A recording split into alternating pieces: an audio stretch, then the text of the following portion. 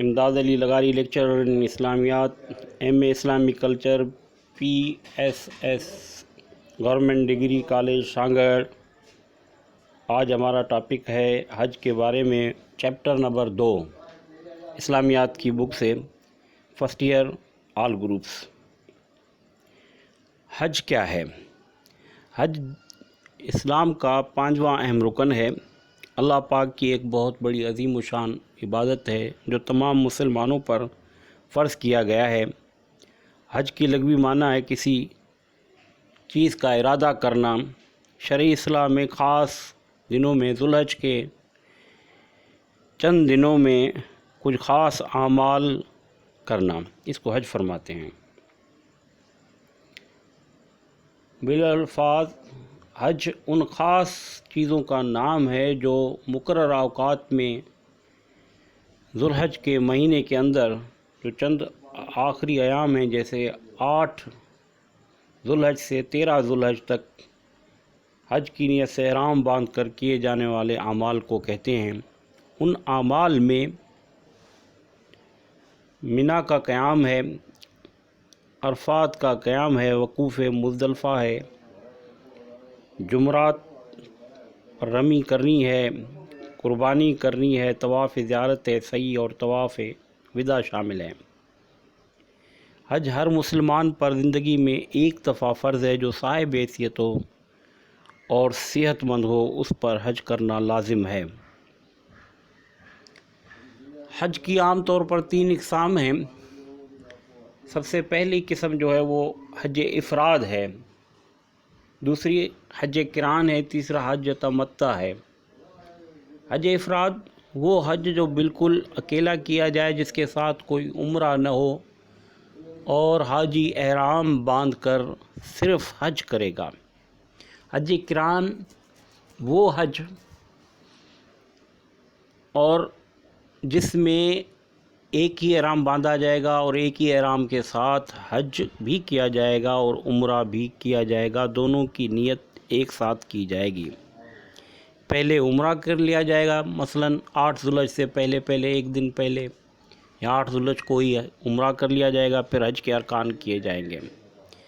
حج تمتع وہ حج ہے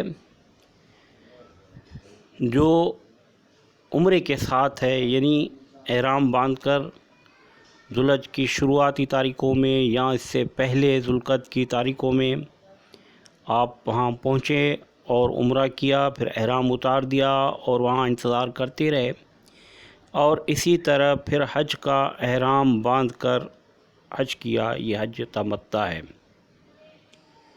اشہر الحج وہ مہینے جن کے لیے حج کے مہینے قرآن پاک میں فرمایا گیا، یعنی شوال، ذوالقعدہ اور ذوالحج کے شروعاتی 10 دن۔ ایام الحج، ذوالحج کے شروعاتی جو 10 دن ہیں وہ بہت ہی بڑی قیمتی دن ہیں، اور ان میں بہت ہی قیمتی گھڑیاں ہیں اور قیمتی دن آتے ہیں۔ سب سے زیادہ 8 ذوالحج سے لے کر 13 ذوالحج تک یہ حج کے دن ہیں، اور جو 8 ذوالحج کا دن ہے اس کو یوم ترویہ کہا جاتا ہے۔ یہاں منا کے اندر قیام کرنا ہے، اور اس کے بعد 9 ذوالحج کا دن یوم عرفہ کہلایا جاتا ہے۔ عرفات کا قیام کرنا ہے اور عرفات میں ٹھہرنا ہے، اور 10 ذوالحج کا دن یوم نحر یعنی قربانی کا دن اور قربانی کرنی ہے۔ 8 ذوالحج کی رات کو منا کے اندر پہنچ کر وہاں تیاری کریں گے اور احرام باندھ کر اور نفل پڑھ کر حج کی نیت کر کے وہاں پہنچ جائیں گے، اور پھر حج کے ایام یعنی حج کے دن شروع ہو جائیں گے۔ حج کے فرائض کے اندر 3 چیزیں لازمی ہیں۔ جو سب سے پہلے ہے کہ حج کی نیت سے احرام باندھنا اور لبیک پڑھنا۔ دوسرا فرض اس کا وقوف عرفات ہے، یعنی 9 ذوالحج کو آفتاب کے زوال سے لے کر 10 ذوالحج کی طلوع فجر تک، یعنی 9 ذوالحج کے دن کو عرفات کے اندر قیام کرنا، اور پھر تیسرا جو فرض ہے وہ طواف زیارت کعبۃ اللہ شریف کی جب وقوف عرفات کر چکے، مزدلفہ میں قیام کر چکے، تو پھر قربانی کے بعد 10 ذو الحج کی صبح سے لے کر 12 ذو الحج تک طواف زیارت کرنا لازم ہے، اور یہ فرائض کے اندر شامل ہے۔ اور اس کے بعد طواف زیارت یعنی کعبۃ اللہ شریف کا طواف کر کے پھر صفا مروہ کی سعی کر کے آخر میں یہ عمل حج کا پورا ہو جائے گا اور حج پورا ہو جائے گا۔ حج کے لیے یہ لازم ہے کہ احرام باندھا جائے۔ احرام وہ لباس ہے جو دو ان سلے ہوئے کپڑے ہیں سفید سے، جن کو پہننا ہے، ایک کو باندھنا ہے جسم پر اور دوسرے کو اوپر ڈال دینا ہے، سر کو ڈھانکنا نہیں ہے۔ اور یہ احرام کی شرط میقات سے شروع ہوتی ہے۔ میقات کسے کہتے ہیں؟ میقات کیا ہے؟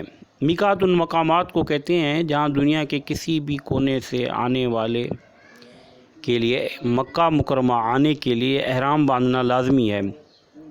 یعنی وہ مکہ مکرمہ کے اندر داخل ہو رہا ہے تو اس کو احرام باندھنا، یہ ہر جگہ کا مختلف ہے۔ مدینے سے آنے کا میقات الگ ہے، اور طائف سے، ریاض سے آنے کا میقات الگ ہے، اور پاکستان سے آنے کا میقات الگ ہے۔ پاکستان سے جو حاجی جاتے ہیں، حجاج اکرام جاتے ہیں، ان کا میقات یلملم ہے۔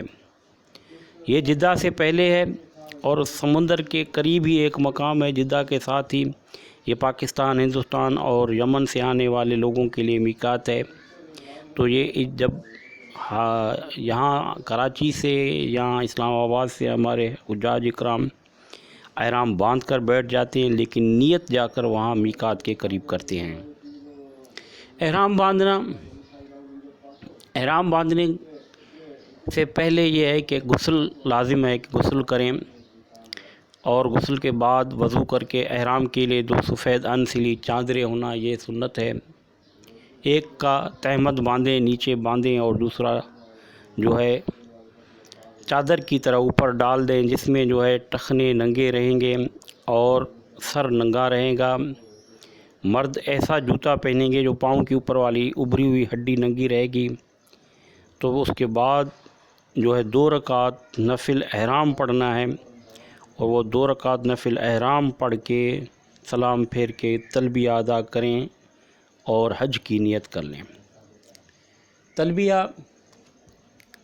تلبیہ لبیک کو کہتے ہیں، کہ حاضری کو کہتے ہیں۔ وہ مخصوص الفاظ ہیں جو اللہ پاک نے حکم فرمائے ہیں کہ یہ ادا کیے جائیں۔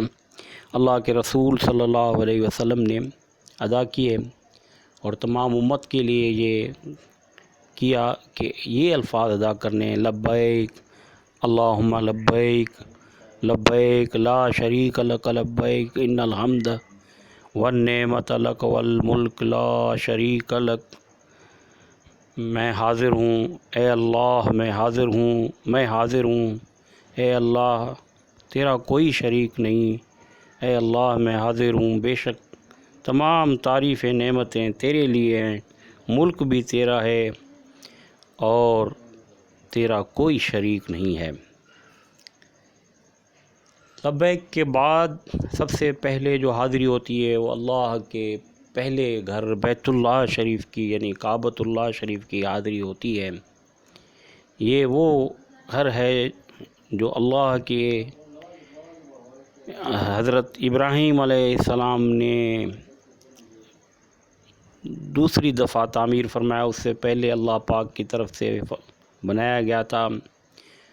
ایک حدیث میں آتا ہے کہ طوفان حضرت نوح علیہ السلام کے بعد کچھ منہدم ہو گیا تھا، اس کے نشانات باقی نہیں تھے۔ حضرت ابراہیم علیہ السلام نے پھر انہی نشانات پر کعبۃ اللہ شریف کی تعمیر فرمائی۔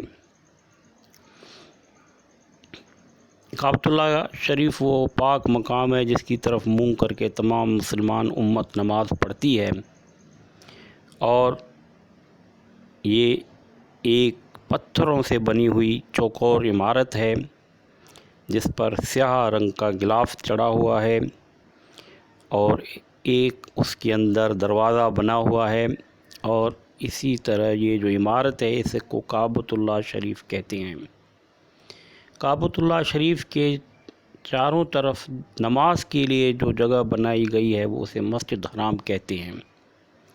مسجد حرام وہ مسجد ہے جو کعبۃ اللہ شریف کے چاروں طرف بنی ہوئی ہے، اور اس کے اندر جو کعبۃ اللہ کے ساتھ جو سفید سا سین بنا ہوا ہے اسے مطاف کہتے ہیں، جس میں طواف کیا جاتا ہے۔ کعبۃ اللہ شریف کے درمیان